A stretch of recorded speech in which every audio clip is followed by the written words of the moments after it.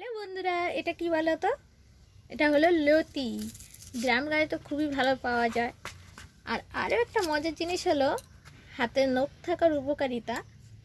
এই দেখো, লতিগুলোকে আমি এরকমভাবে ছাড়াচ্ছি নখ দিয়ে। এই জন্য মেয়েদের একটু নখ রাখতে হয়, অনেক কাজে লাগে।